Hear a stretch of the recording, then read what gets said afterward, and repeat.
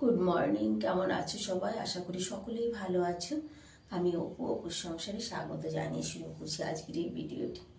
ঘুম থেকে উঠেছি আজকে 7টায়, কারণ কালকে বিকেলবেলা বাড়িতে এসে অনেক কাজ করেছি, ক্লান্তি ছিল, তো আজকে লেটে উঠেছি। এক তো সানডে, ছেলেরাও ছুটিতেই আছে।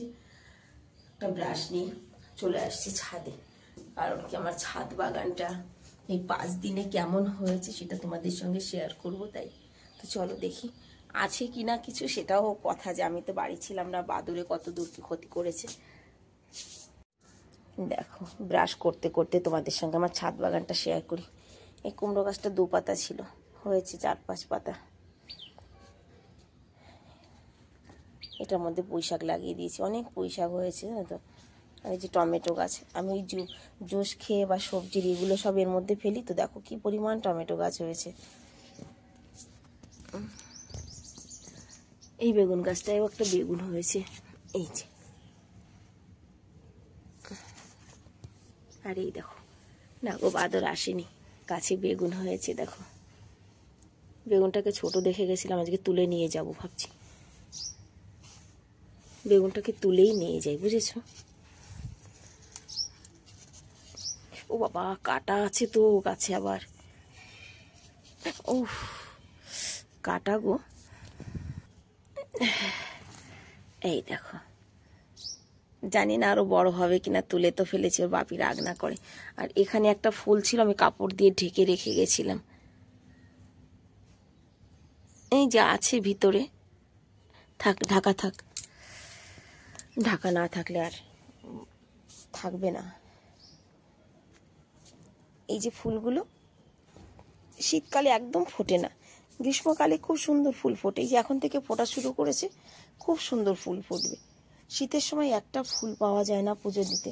আর আমার লেবু গাছে কয়েকটা লেবু রয়েছে, বুঝেছো? এই দেখো, এই যে একটা, এই যে একটা। তবে এই লেবু হবে না, হওয়ার হলে এতদিন বড় হয়ে যেত।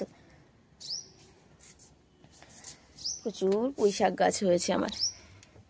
এই দেখো, এই গামলার মধ্যেও কত পুঁই শাক গাছ। এই বেগুন গাছটাও আমি ঢেকে রেখেছিলাম ফুল দেখে। এই যে হচ্ছে এটাও। আর সিম গাছগুলো কেটে ফেলেছিলাম, গোড়া ছিল, সেখান থেকে আবার এই যে ডানা ছেড়েছে সিম গাছে। এই যে এই বেগুন গাছটাও ফুল এসেছে ভালোই। এই যে টমেটো গাছ, টমেটো পেকেছে, বুঝেছো? ওই দেখো, যা পেকেছে এগুলো এখন তুলে নিয়ে যাব আমি, কারণ এই থাকলে পরেই বাদর আসবে। বতি হয়ে গেছে যখন, সব তুলে নিয়ে যাব। অনেকই পেকেছে দেখো। টমেটোগুলো তুলে গাছটাকে কেটে দেব। এ বাবা, গাছতলায় তো টমেটো পেকে পড়েছে। এই দেখো, আমার এই বেগুন গাছটাও বেগুন হয়েছে। এই যে একটা, এখানে আবার ঢেকে রাখা হয়েছে, এই যে, এই দেখো। আর কুমড়ো গাছের আগাটা দেখো কি সুন্দর লকলকে আগা হয়েছে।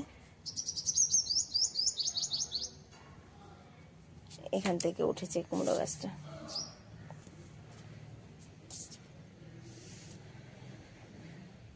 সব থেকে বেশি ভালো লাগছে আমার পুদিনা বাগান দেখে। দেখো, তোমাদের সামনেই কিন্তু আমি পুদিনা গাছ এনে লাগিয়েছিলাম, কি সুন্দর হয়েছে দেখো।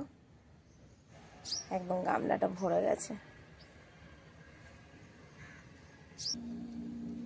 এই টমেটোটা পড়ে গেছে গাছ থেকে, তুলে নিয়ে যাই, তাই না?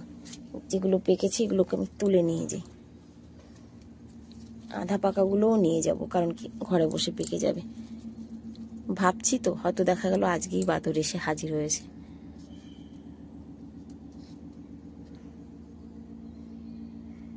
গাছের ফ্রেশ জিনিস, একেবারে অর্গ্যানিক।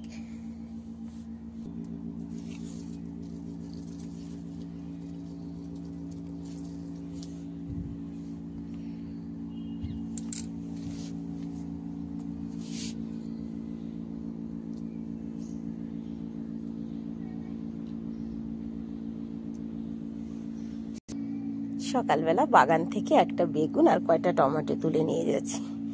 বেগুন একটা দাঁতে কি, কিন্তু তাও ভীষণ খুশি, জানো তো। চলো এবার ব্রাশটা সেরে নি, কথায় কথায় ব্রাশ হাতেই রয়ে গেছে, ব্রাশ আর করা হয়নি। এই গামলার টমেটো গাছগুলো তুলে নিই। এত টমেটো গাছ দিয়ে কি হবে? এই গাছগুলোকে মাঝে মাঝে পরিষ্কার করে দিতে হয়। এত গাছ তো আমার দরকার নেই, এত টমেটো গাছ দিয়ে কি করব? এই 4টে থাক, যদি বন নেয় পাশের বাড়ি ওকে দিয়ে দেবো, এগুলো এর মধ্যেই দিয়ে দেবো, সার হয়ে যাবে।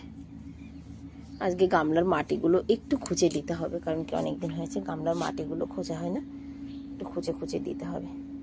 পুঁই শাকগুলো অনেক হয়েছে তো, 2 পাতা 4 পাতা হলেই কেটে নিয়ে যাব ভাবছি।